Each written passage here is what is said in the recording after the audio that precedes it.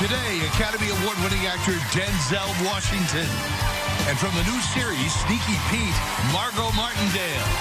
Plus film, TV, and Broadway star Neil Patrick Harris joins Kelly at the co-host desk. All next on Live.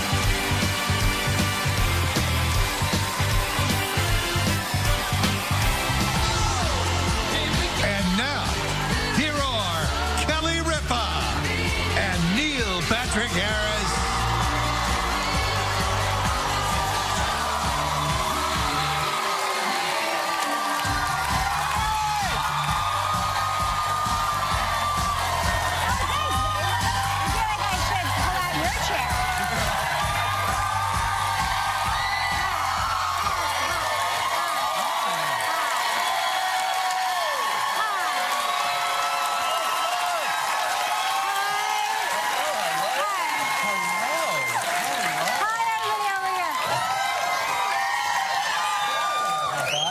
I'm sorry, I apologize for my back already. I feel like you guys are like way up here today. Baby got back. We got a full house. Hey, we sure do. It's a Friday the 13th, everybody. My co-host today is Neil Patrick Harris. Hi. Are you afraid to be out on... I've been walking under ladders. Really? Oh, you have? Spilling salt. Yeah? Just testing things. Any black cats crossing your path? Always. Yeah. I like Friday the 13th. Me too. I think they're interesting. It's a big day for me. It's a huge day for you. My boys actually set their alarms so they could start streaming. Do you want to know what that means? Yeah.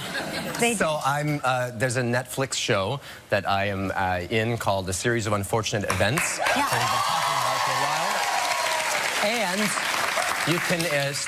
you can get them all on Netflix starting this morning. Well, starting midnight last night, actually. Midnight last night, You get all 8 episodes, and then Friday the 13th is when it came out. So I've been doing I think that was that timing on on purpose? Yes. Yeah. They chose that it's a tricky, scary time because we'll talk about the show later. I know that Gideon is a major Star Wars freak, right? Yeah. Were you a Star Wars freak?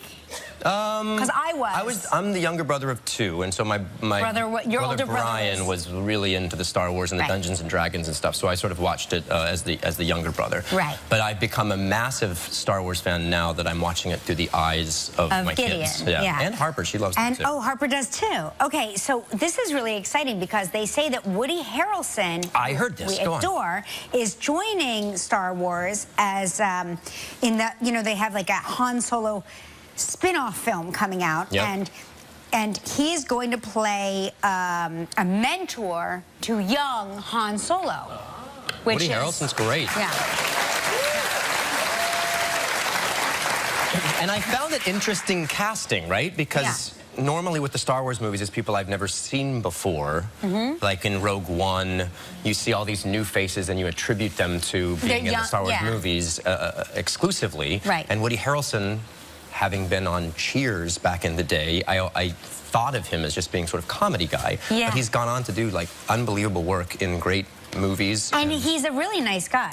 Super nice, super talented. Well, you should do a Star Wars movie. Why don't you do a Star Wars movie, for God's sake?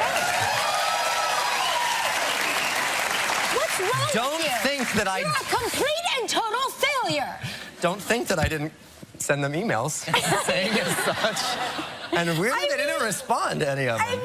I said the same thing to J.J. Abrams. Yeah, I mean, I said I would be an actor in a droid outfit. I would just love to. Wouldn't that be that's a bucket list thing for me, is to be on the set of a Star Wars movie that you can't talk about, right? Yeah. Because it's coming out and it's shrouded in secrecy. Well, I always think of them as like The Bachelor and The Bachelorette, you know, like when they find love but they can't talk about it for months and months.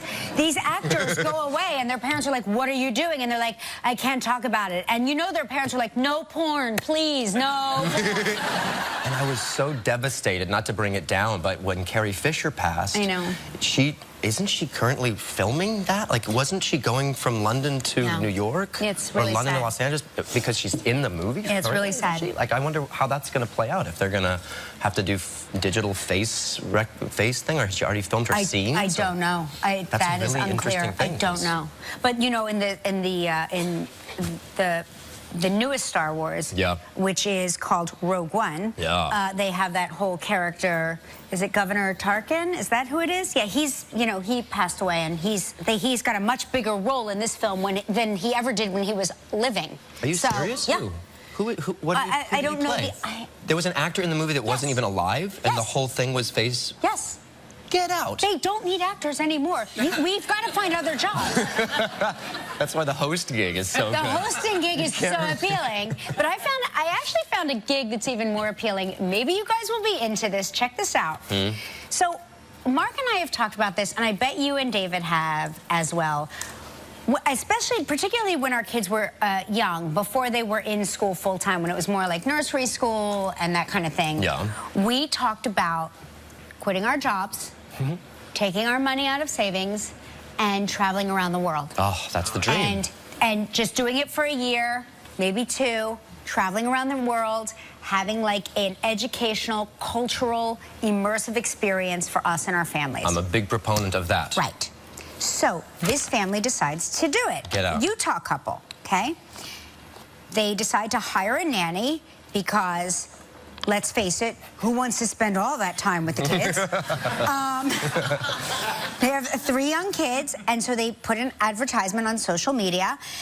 So they would have their salary as well as all of their travel paid for. Wow. The monthly salary between $1,200 and $1,500 a month, and then all of the expenses for this trip around the world. Not a lot of money. But all of their traveling expenses. They're just this is just money. This is pocket money. Pocket money. Got it. Per diem, right? Yep. They got 19,000 applications. Wow. And then they had to hire someone to go through the applications. I don't know if they hired anybody yet. So we should throw our hats. Oh, they haven't gone yet? This is actually happening. We should throw our hats into it. That's really cool. Totally. Can you imagine, like, if you showed up and, like, you're doing card tricks, you're like, hello, right? I'm here to apply for the nanny position. That would be so fun, but I feel like there would be a lot of innate pressure in doing that. Like, what That's my first instinct, of taking your kids out of school and sending them on this immersive educational adventure. How often, I mean, that's a lot of travel, that's a lot of logistics. How often are you teaching them? What are you teaching them and when? And like, look at this, here's a story, a college-y kind of story. Yeah. This is for college kids, I think, mostly. They're making ATMs now that, instead of giving you money, give you a pizza. Really? Can you get one of those in your house? Can you? Why would you want one in your house? You have a kitchen. No, I didn't say my house. Can you get one in your house? But why? Because your house has fun stuff. There are a lot of fun things. If I think of a person that would have an ATM pizza maker, it would be you.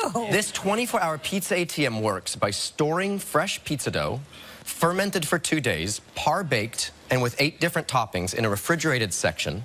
Then orders are placed on a touchscreen, and the machine moves the pizza to a convection oven, cooks it, and places it in a cardboard box all in under 3 minutes. So you gotta get this for your house. Please. It's like stoner's dream. Machine for your house. Please. Should I get one? I want you to get one. I'm gonna get one for you for Christmas. No, just get it for your house. My husband is a chef. I understand.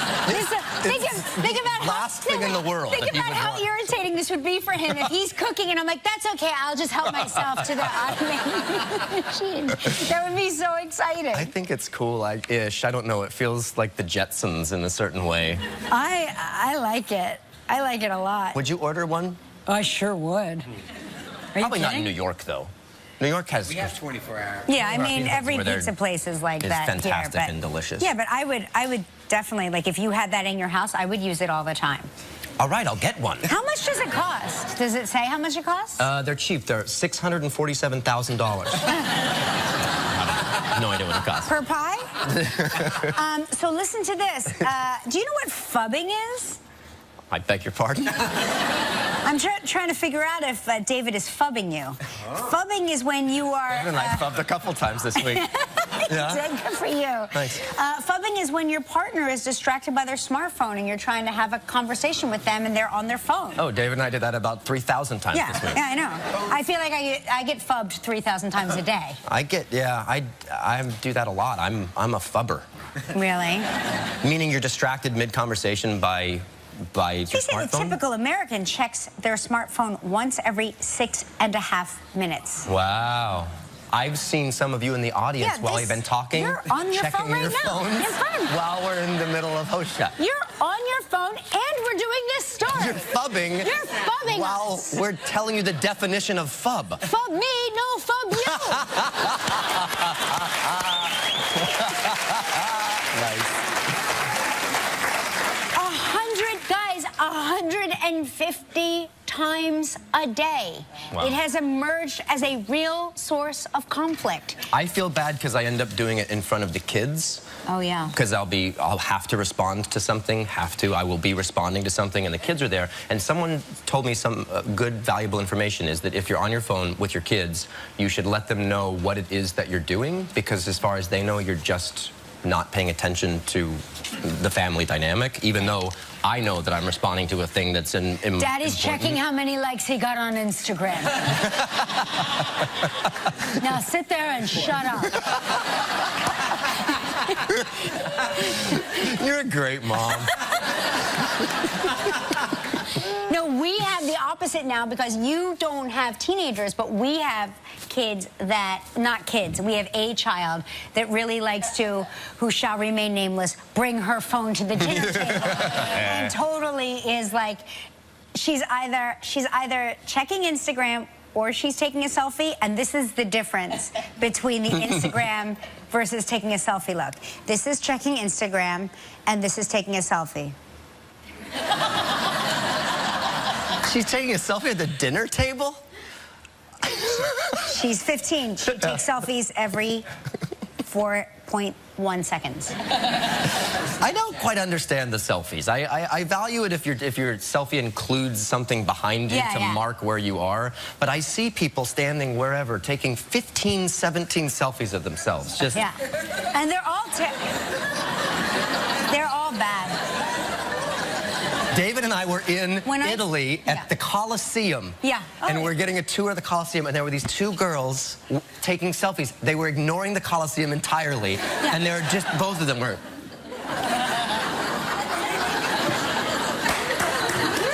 For hours. And we took pictures of them taking selfies of each other. I have short arms, so whenever I take a selfie, I'm only half in the photo. I can either get the person I'm in the thing, like whoever I'm with is either in the photo, they're either in it or I'm in it, but we can't both be in it because of my very, what is it called? T-Rex arms. I have dinosaur arms. T-Rex arms. You know that commercial where the alligator and he's like, I've got this, Dennis. That's me, only it's not funny. That's actually me. Fun fact for selfie people, do you know you don't have to push the actual button on the screen with the iPhone in order to take the picture? You can push the up or down volume button on the side to do the thing. I learned that. Is that old news? No, some people don't know. Yeah. Yeah. Exciting. We're educational here, as well as entertaining. Yeah.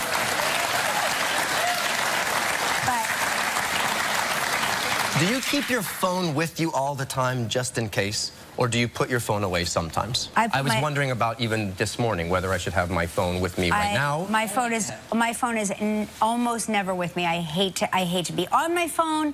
I don't like technology. I'm a really old-fashioned person. Now, having said that, I also hate payphones. So I hate those too. But I don't You don't keep your phone with you? I need my phone just because I need to know when my kids are coming home, if there's an emergency. But I really minimize my time with my phone. Is that why you never text me back? Which is why you get irritated when I don't text you back in real time. But I have friends that are very high-functioning people that you send them a message and they respond immediately. Yeah. And I'm just not that. I'm not that evolved. I'm more like They're hardcore my phubbers. arms. I can barely find my phone. Selfie.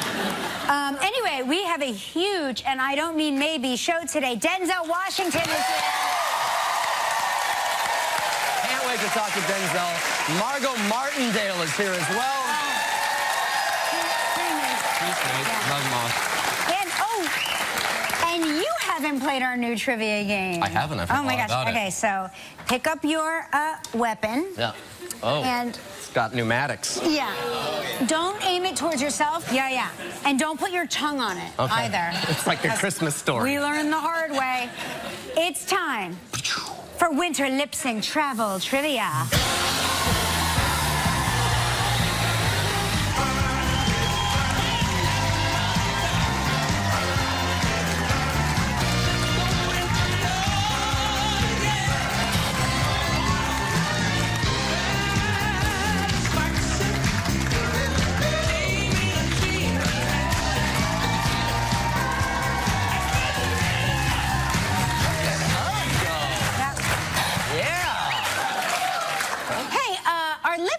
Dancer today is Kelly Pearson from Rehoboth Beach, Delaware. That was great. Good job. I couldn't see you. I was blinded by the wand. I'm sorry. I like the hair flip. You did a whole sideways head jaboom and a bang. Oh, yeah. Look at that. Adorable. All right. We are going to now talk to Pat Kelly from Ontario, California. I don't want to end the call. Hi, Pat. Good morning. Okay, good morning, Neil. How you doing? Good, You're bud. great. Happy Friday the 13th. I love your Woody outfit there. Yeah, we were in Sedona, Arizona. That's Lazy M brand. I've been there many times. Okay. I love it there. I do. I love it there. Did you have the chuck wagon dinner and the whole thing? Yes, we did. It's amazing, isn't it? Yes, it's delicious. And then all the show and everything they have with it. Isn't that show is terrific? Is it one of the places he can go on the wheel? No, but there is a prize nearby. There's one that's close by. Oh, Pat, that's so funny. You're like the only other person I know that's gone there. Okay.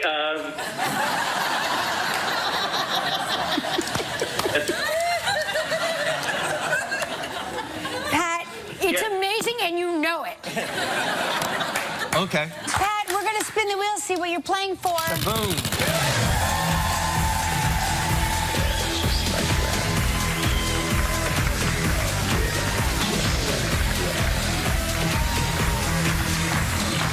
Nice prize. Here's a great prize, the Veranda Resort and Spa in Antigua. Someplace I haven't been, Pat.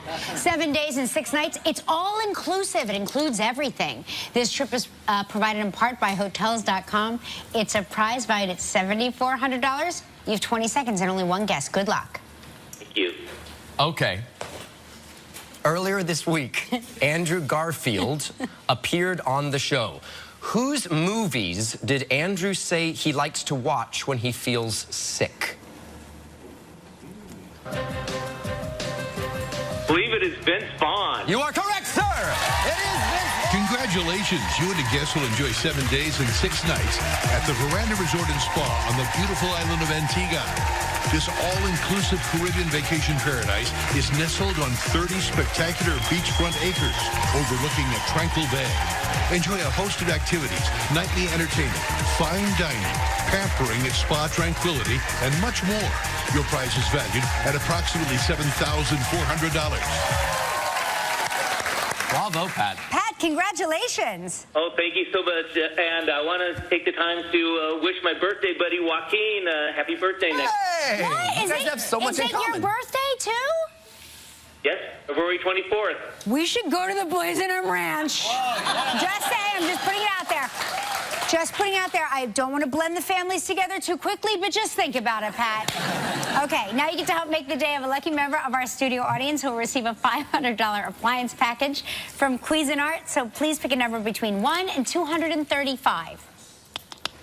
In honor of Carl Edwards, the NASCAR driver who is retiring, I will pick number 19.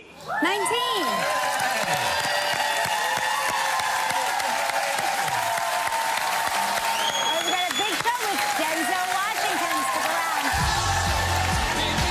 Still ahead on live, Margo Martindale. We'll open up Kelly's inbox to hear your comments and questions. Coming up next, Denzel Washington. Welcome back, everybody.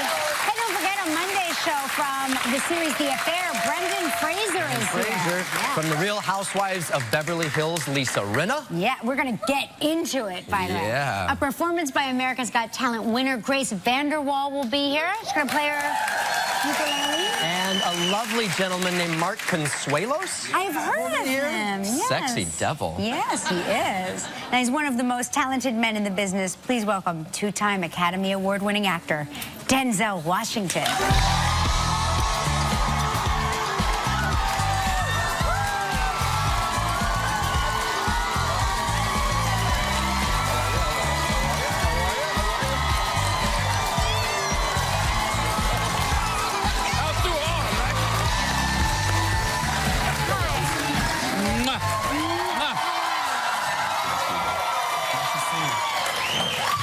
Wow. You know, I've got to tell you, you're one of the rare actors that come out here, and I watch... My pants are falling down. Wait a minute. Well, don't you... That's the first. Let the pants want what they want, Denzel. Now listen. The pants, what? You're one of the rare actors that come out here, and men and women start gussying up and like fixing their hair. Gussying up? People in the audience started fixing their outfits. Yeah, that's true. Who gussied up out there? There was an You gussied up? See what I mean? See what I mean? Thank you. I hear something that touched my heart because my grandmother was a librarian, and I understand that you were just in Atlanta. No, she was not. No, I was in Atlanta. But you reunited with your childhood librarian, is that right? Kind of. Kind of. Okay. She gave me my. When I filled out my library card, my first library card, she was the woman there. No kidding. 99, and I went to visit her, and we held hands and just talked. Very sweet. It's a big influence, right? Yeah, yeah, and you know what I told people when I was there, you never know who you influence. Right. You know, and so-called celebrities or whatever, it seems to supposedly have more influence, but sometimes it's that small person or it's that person who did something in your life that changes your life forever. I think I am so impressed by you as an actor, as a person, as a director, because you seem that respect is so important in what you're doing. I was raised right. Yeah, right? Yeah. My mother wouldn't have it in. Come on now. Come on. I get one of those. You ever get one of those? But do you try and instill that in your family? Because you have kids. Yeah, and yeah. Are they all in the business right now? Yeah, my oldest son, John David, is on the show Ballers. Yeah. Oh, right. Yeah. So he went from being a footballer to being on the show. Yeah. Amazing. Yeah. That's great. It's better than getting hit in the head. Yes, I've tried that. That doesn't work. Your son, Malcolm, recently graduated from AFI Conservatory. Right. And has he started working? He's working now. He's carrying the bags for Spike Lee. Oh, no. He's doing whatever he's told. Wow. Wait a minute. He's cleaning up. He's co-directing. He's doing it, whatever Spike tells him to do. Is this an internship or a paid No, he's getting paid. Denzel, you did it. Denzel, you did it. Are they all graduated? They have paying jobs. Yeah, but don't get that confused with independent. I'm just saying, you are... They're in slash dependent. We've talked about this. I'm telling you, you are one step closer to complete freedom. When does freedom come? I'm not sure. If you talk to my parents, they'll say it's another 40 or 50 years. But I'm telling you, it's close, right? Yeah, no, it's got to make you feel good. I'm happy for them, and you know, it's tough on them, me being their father. Of course. And now for them to get their own name and you know, for him to do his own thing, I'm happy for him. What was your first paying job? Oh wow. Probably a paper boy. Really? I was a paper boy. Yeah, No probably kidding. 10, 11. No, Paperboy was first. Then I got a job at the barbershop. I cleaned up. Oh, gosh. Sweeping up the hair. Yeah. But more importantly, everybody was money. See, you'd walk in, I'd see you look at your shoes and see what you had on and size you up and see whether or not you got the whisk broom or not. No. When you got it at oh, how you doing? Yes, sir. Yeah. Boy, you look good. You look great today. And if they didn't... Oh, I couldn't. No, I couldn't. You're so kind. Denzel, what was a good tip? What was a good tip? Like, think back. I don't remember the tips, but I remember I'm talking about so far back where chicken dinner costs $1.25. Yeah. And I remember buying my own chicken dinners. I was like, you know, I'd go in and get my own soda and my own dinner. And no kidding. Like I was independent. I was independent. You were doing it on your own. Yeah. I saw you at the Golden Globes. Do you have fun at those things? Is it fun or is it exhausting or what? It's long. Yeah. It's long. My wife had fun. Yeah, right. Talking about everybody. I love your wife. She talks about everybody. No, hi, how are you? She ain't talking to me. Oh, I'm going to hear it now. Oh, it's so good to see you. Did you know? That show more than any feels that way. It feels you have that all way. The movie people are in one section, and the TV people are in another section, and each table is its own. Right, and they put liquor on the tables, so everybody's getting toasted. Yeah. As the evening goes, you know, they're getting more and more. I want to thank somebody. I just want to thank everybody. You know. I think the award show gauntlet is crazy. Right. Because everyone is working so hard for the benefit of that. The people that are being nominated have to think about names if they win. They have to think about what they're wearing. They're already working on another project and they're not into it. The people that are interviewing have things in their ear. I just find that whole thing sort of surreal. Problems. Champagne problems. You know, Viola Davis thanked you in her speech, and she's such an extraordinary lady and an extraordinary actress, and she thanked you for being an extraordinary leader. She's going to be here on Tuesday. Oh, do you want to have a responsorial thing to say to her? No pressure. No pressure. Right, just say all of that. This is your speech right now. Yeah. Go. Since I won't be winning anything. Now's my opportunity. Oh, I just want to... For God's sakes, get the man something that looks like a statue. I want to thank all the little people. And it's who you know, it's who you know. No, actually, Robert Townsend, back in the day, he used to do a thing about winning the Academy Award, the comedian Robert Townsend. Yep. And he'd get up there. I just want to thank all the little people that I stepped on to get up here. Listen, we have to take a commercial break. We're going to find out, how Denzel channels his own life into his characters. More with Denzel Washington when we return.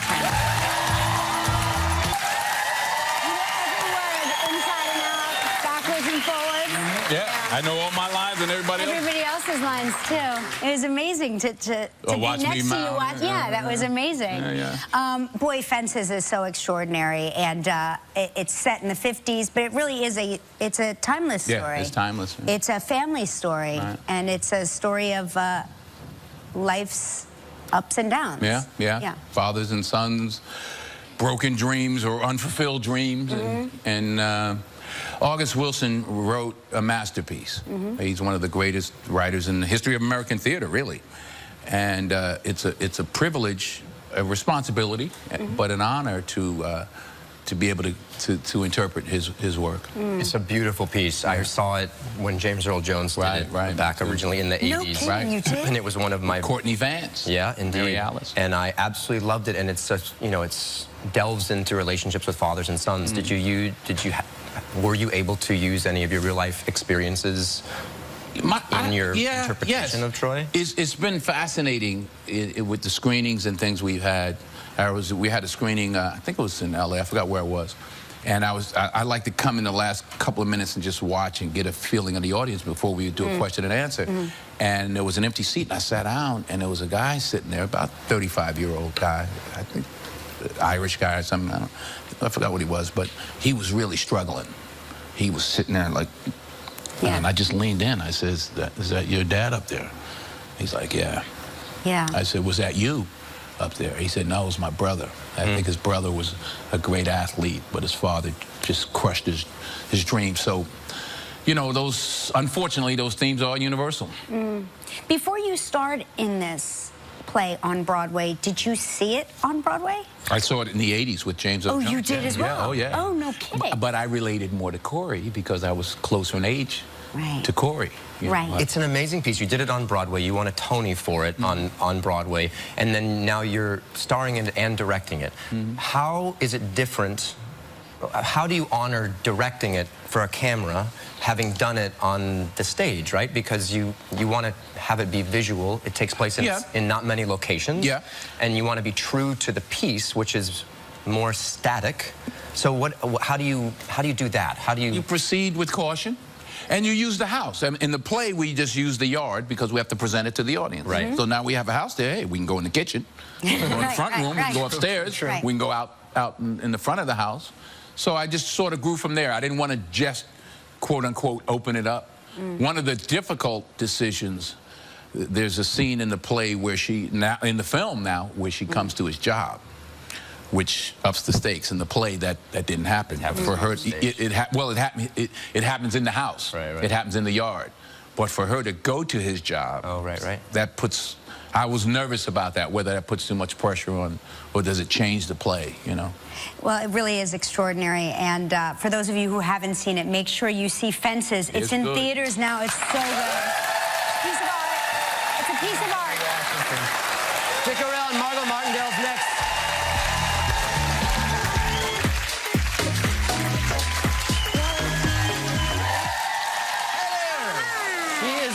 Of the world's busiest actresses, now starring in the new Amazon series Sneaky Pete. Please welcome the amazingly talented Margo Martindale.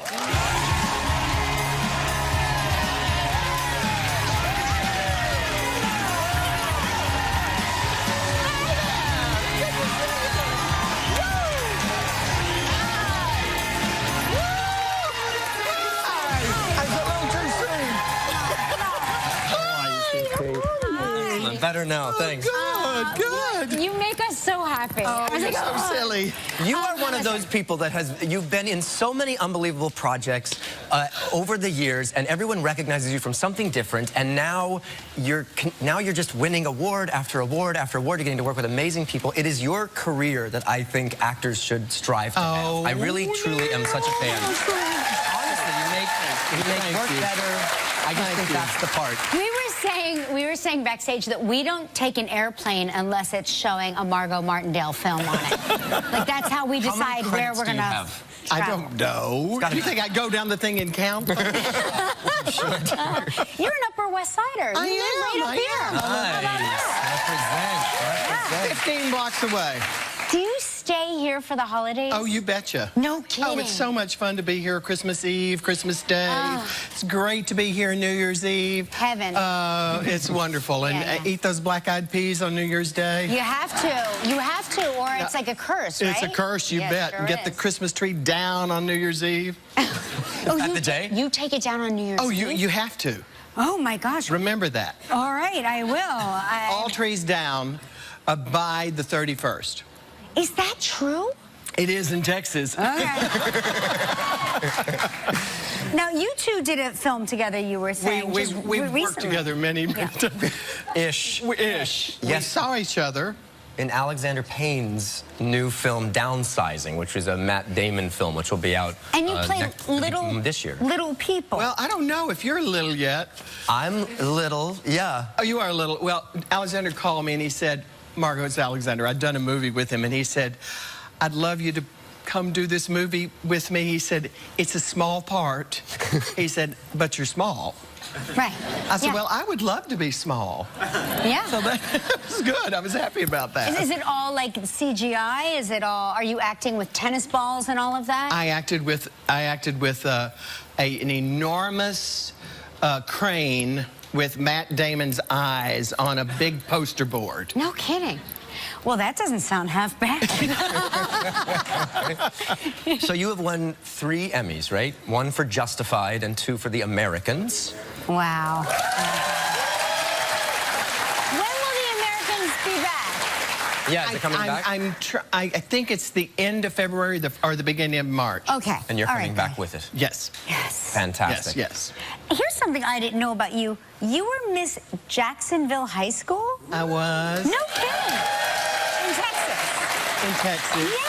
Yes. Yes. Was that like is that like a thing that they vote for in school, or was that like a big... It's a voting. Oh. It's a popularity contest. So you were Wait a minute. So you were, wait, you were popular and now you're an actor? Because normally, it's, you know, all the unpopular kids become actors. Well, I know, but I wore a body brace all during my teens. No kidding. So you got the sympathy vote when you were... I got the sympathy vote in the 7th, 8th, and 9th grade. And then you took it all off. I took it off and rocked. say, ha ha!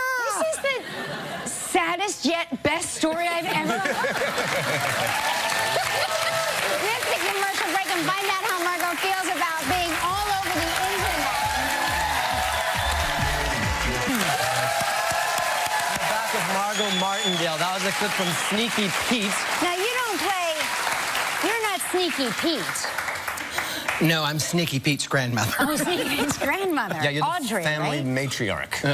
Tell everyone a little bit about the show. The show is that my grandson, we haven't seen in 20 years, has gone to prison, and his cellmate, he's talked about our bucolic life in Connecticut, and when his cellmate gets out, he assumes the identity of our grandson, comes to our farm, and says, "Grandma, Grandpa, I'm home."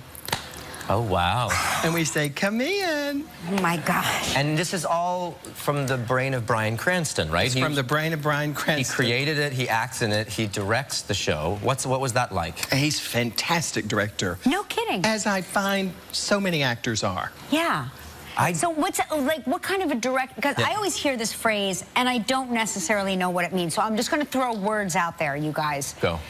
Is he an actor's director? He is. Oh, my gosh. But I don't really know what that means. Like, I don't somebody either. that Well, he comes at talks the language of an actor. He knows how to get something that you might not be getting. He's also very clear on what he wants, which is the best thing, you know, when a director, I think, if they know what they want, because some of them don't. Right. Well, Sneaky Pete sounds fantastic. It's got the Giovanni Ribisi's the lead in it. He's fantastic. Brian's great. You're amazing. It's on It's a wonderful Amazon. cast. Amazon Prime. Amazon Prime. All 10 episodes of Sneaky Pete on stream on Amazon Prime. Thank you so much for being with us. Thank you so much.